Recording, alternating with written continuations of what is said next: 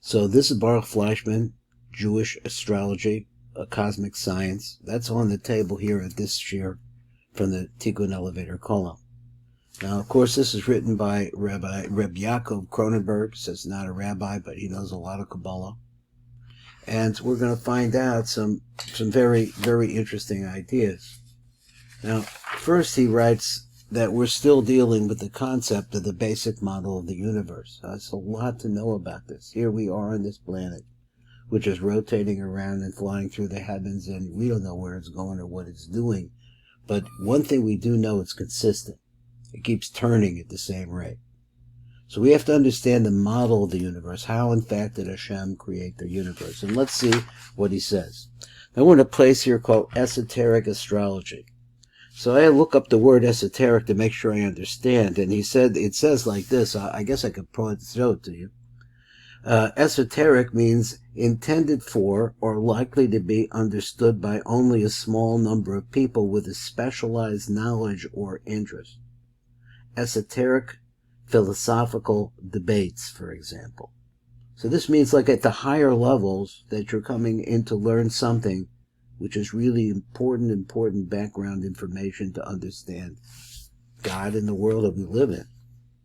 So he says, an edited transcript, so this is a transcript because he gave these lectures originally orally, of a series of lectures given in Jerusalem, how to determine your fate and how to turn it into your chosen destiny. This system uses ancient techniques to enhance one's strengths and recognize one's weaknesses in his mazel or mazal. And normally we think that the mazel really refers to your planet. And of course it does. But it also means the flow of energy that's coming. Mazel is like the word ozil, to flow, like the nozzle on a hose.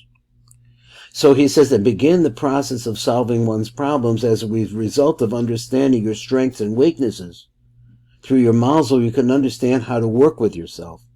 Not through psychology, or today is with modern psychology, and different kinds of mantras that you get, say, from the Indians or wherever that comes from, but through the ancient wisdom of Torah and Kabbalah, embedded in the horoscope of Adam Arisha. So we have to understand that humanity had an origin, and this is where we start. So here comes Reb Yaakov Kronenberg. So he writes like this: tonight, I'm going to start a new series of classes on Jewish esoteric astrology. Now, the main focus of this series is to introduce to the reader the idea that through understanding and studying the horoscope of Adam and Eve, the first man and woman, in other words, where humanity began. So this is an interesting point, important point, that rather than the Gentiles really have no idea if they accept what we say, but really have no idea how the world started, where mankind started. They know approximately when mankind started. In other words, we have records of men. These records go back 5,000 to 6,000 years, which is very much like what the Torah says has to do with the world. So the question is when was the world created? How was it created? What is created, the point or the dot in which created took place? Over here it starts with Adam and Eve, the first man and woman.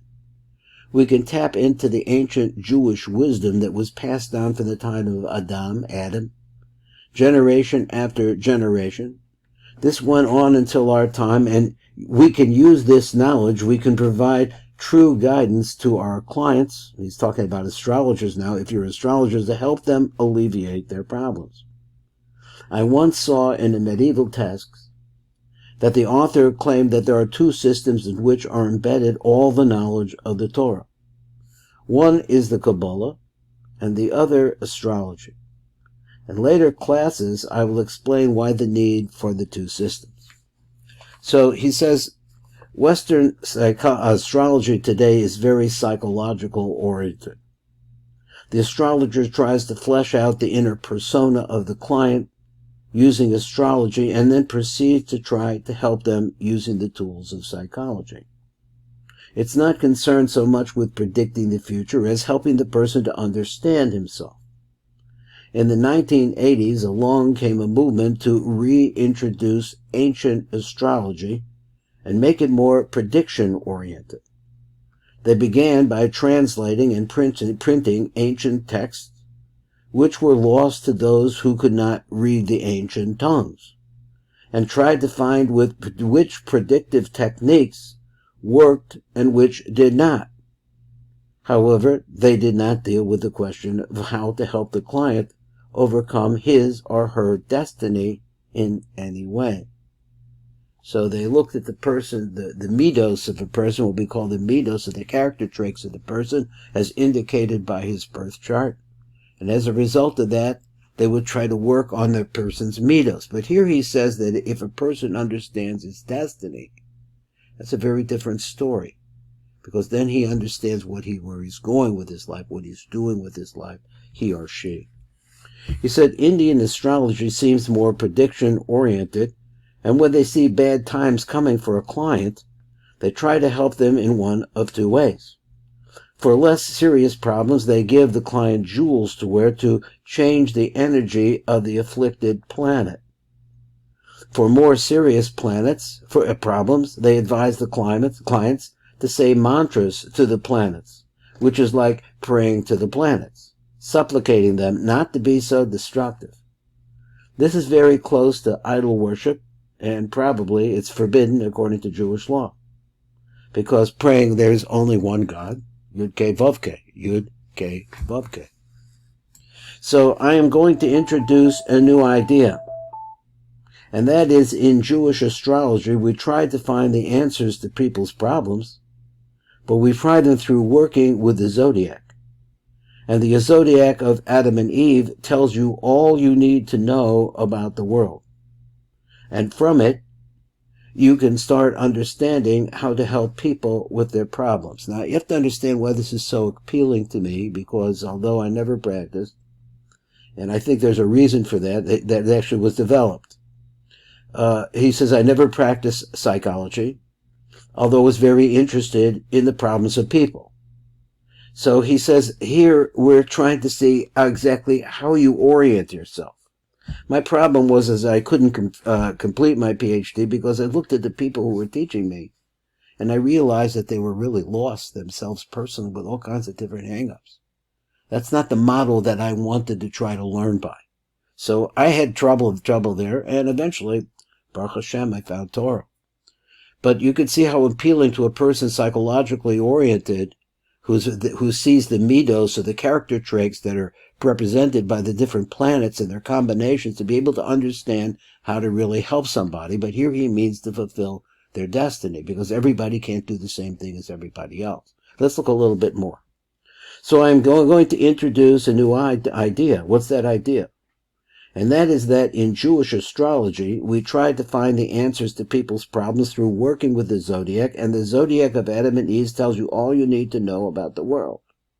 And from using it, you can start understanding how to help people with their problems, because the problems are conflicts in their birth chart, which a person can work with.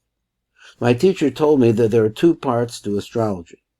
One is to understand the person, which is not so hard. And the second part is to be able to help the person, and to help the person, that is very hard.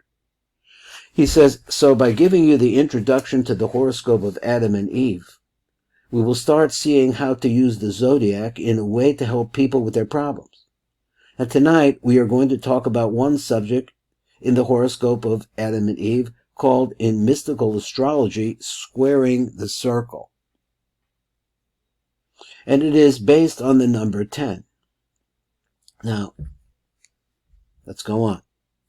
In Kabbalah and in astrology, 10 is the number of completion. There are 10 spheros in Kabbalah. You count from 1 to 9, and the 10 is the completion. So that's what 10 is. That's the same way as counting from Kesser down to Malchus, and Malchus is number 10. It represents the completion, he says. And you start over again with 11, which starts the second round of counting, which is another round of 10s. So 10 is the completion of everything. And so every house has a completion 10 hours away from it. This works both ways, counterclockwise and also clockwise. So he's not showing us right here at this point, but I will get a birth chart so we can get a look at it. So he says is looking at things from the, so he says counterclockwise, that's moving the dial backwards, is looking at things from the material perspective. And clockwise is looking at things from the spiritual part of the chart. We also often refer to this as going forward, which is counterclockwise, or backwards, which is clockwise in the chart or horoscope. Now we'll pick this up tomorrow. This is about the end of this year today. And we'll get an idea where Reb Yaakov is going. This is Baruch Fleischman, and you've been listening to the Tikkun Elevator Call Out.